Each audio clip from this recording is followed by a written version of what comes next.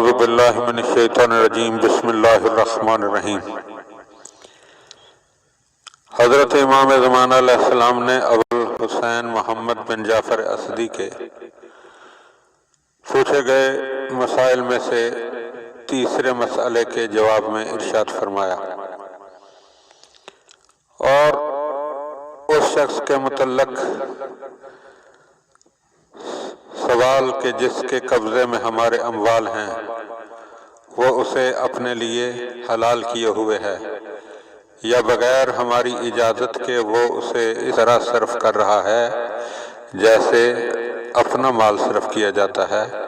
تو اس کا جواب یہ ہے کہ وہ شخص ایسا کرتا ہے وہ ملعون ہے، اور ہم قیامت کے دن اس کے خلاف مدعی ہوں گے۔ چنانچہ نبی صلی اللہ علیہ وآلہ وسلم خود فرما گئے ہیں کہ جو شخص میری اطاعت کے اس مال کو اپنے لیے حلال کرے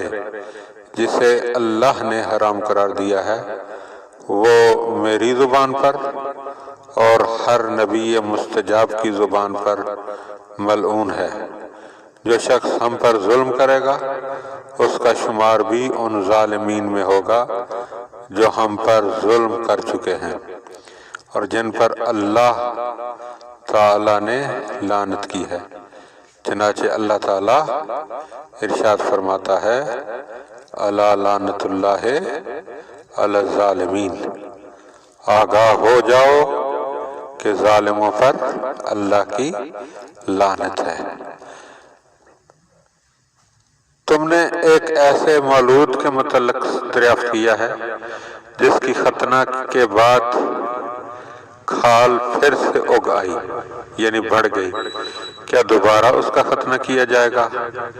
تو اس کا جواب یہ ہے کہ اس کا دوبارہ ختنہ کیا جائے گا، کیونکہ زمین اس شخص کے پیشاب سے جس کا ختنہ نہ ہوا ہو اللہ کی بارگاہ میں 40 دن تک فریاد کرتی ہے۔ تم نے سوال کیا کہ ایک شخص نماز پڑھ رہا ہے، اس کے سامنے آگ یا تصویر یا چراغ ہے، کیا اس کی نماز جائز ہے؟ اس کے لیے اس مسئلے میں لوگوں کا اختلاف ہے۔ تو اس کا جواب یہ ہے کہ یہ اس شخص کے لیے جائز ہے جو بت پرست یا آتش پرست کی اولاد نہ ہو، اور اگر اس کے سامنے تصویر یا چراغ ہے تو وہ نماز پڑھ سکتا ہے، مگر وہ شخص جو بت پرست یا آتش پرست کی اولاد ہے اس کے لیے ایسی جگہ پر نماز پڑھنا جائز نہیں ہے۔